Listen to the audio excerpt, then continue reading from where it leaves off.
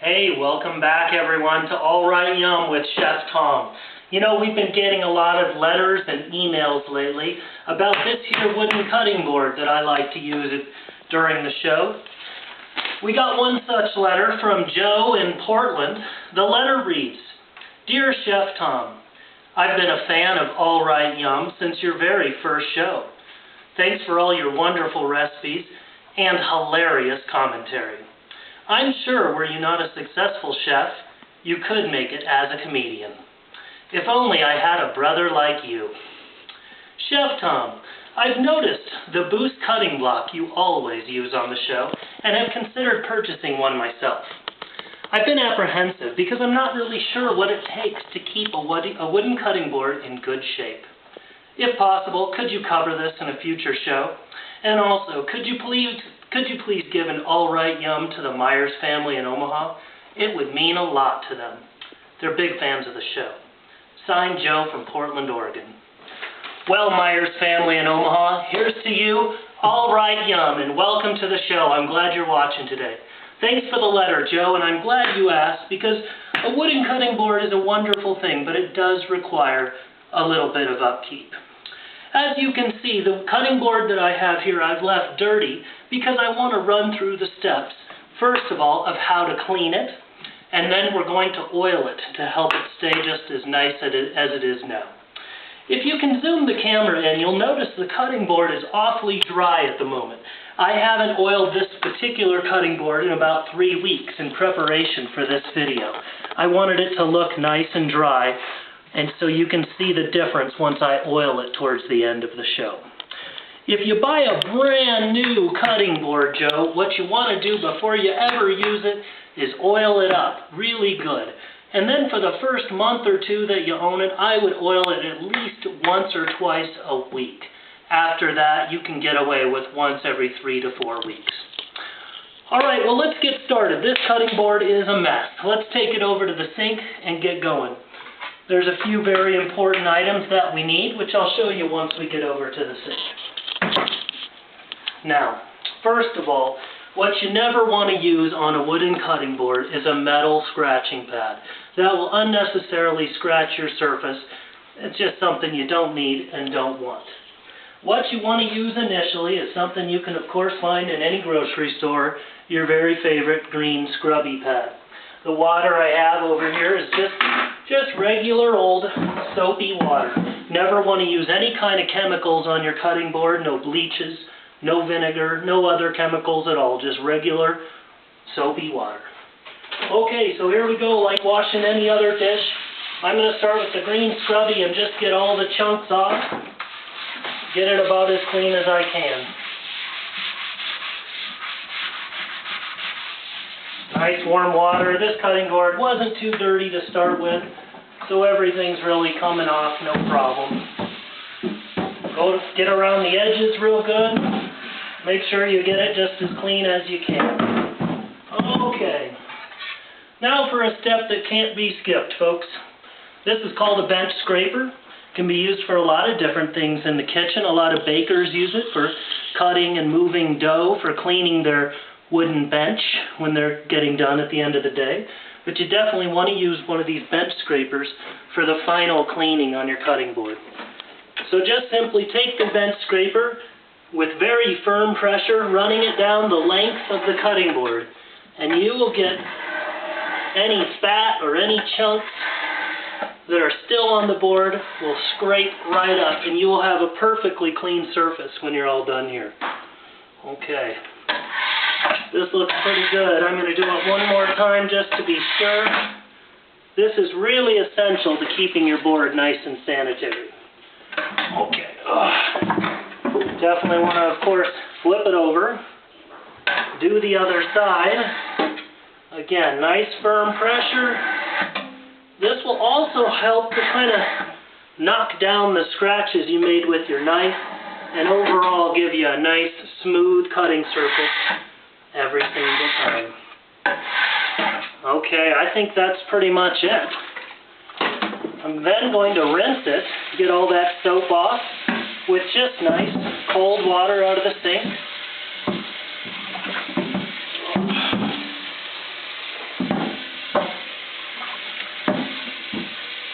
There we go. Nothing to it, right?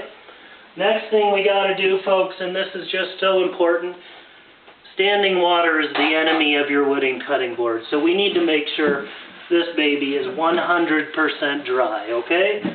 So I'm going to have this kitchen towel, get all the edges nice and dry, all surfaces as dry as I can.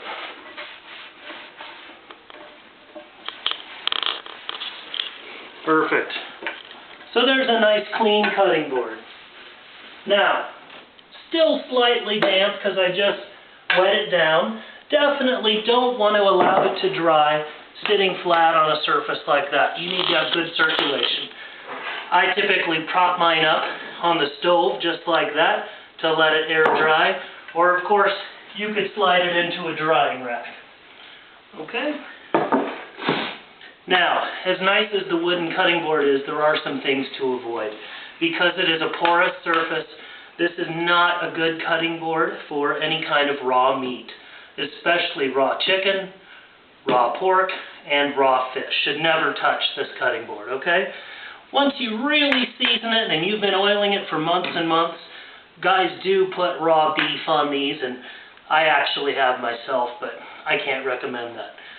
For those other meats, I do recommend, and I do have a small plastic cutting board around the kitchen that I use for those occasions. The other things we want to avoid with the wooden cutting board, because it is porous, it does stain very easily, and it's difficult to clean if it does get stained. So we don't want to cut beets on the wooden cutting board, or maybe anything marinated in red wine. Use common sense. If you think it's an item that might stain your board, cut it on something else. Now, we're going to go ahead and oil this board. Typically, I would want my board to be perfectly 100% dry prior to oiling it, but for the sake of the show here, we're going to go ahead and oil it while it's still slightly damp. I think it'll be just fine. So I'm going to grab myself some paper towels. A cloth towel would work just fine as well. This oil that I'm using is the Boost Mystery Oil. I like this because it has a nice lemon scent and it's easily available in my area. And I'm thinking you could probably find it in your area as well. However, you can use mineral oil, which is available at any pharmacy, and that's a lot more affordable.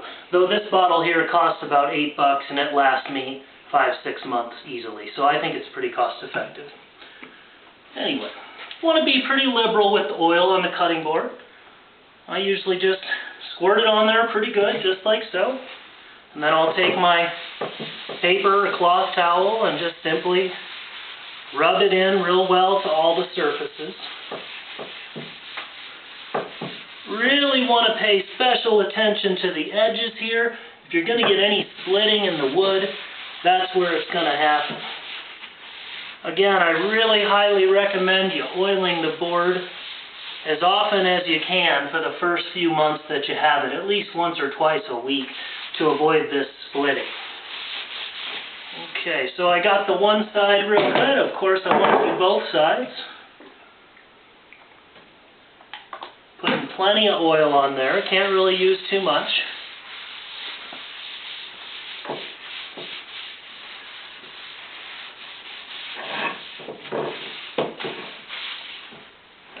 And again, getting those edges really well, all the surfaces.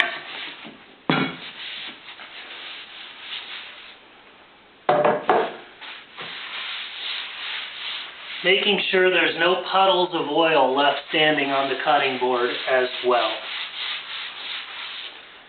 Looks good on that side. Give it a good look over.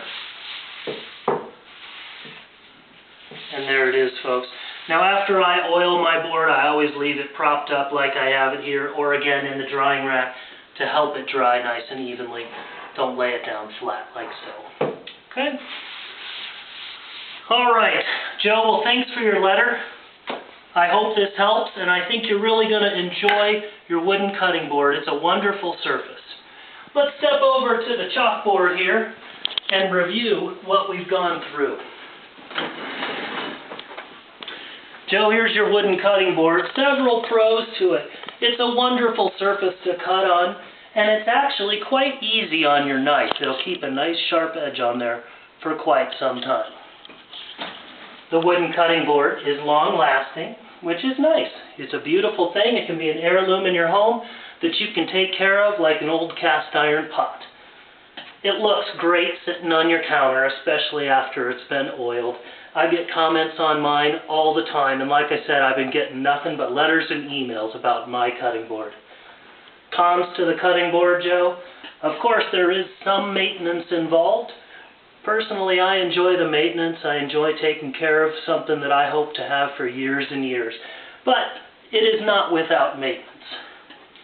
Not for use with raw meat. So you're definitely going to need to get another cutting board. And finally, the last con that I can think of is that it stains easily.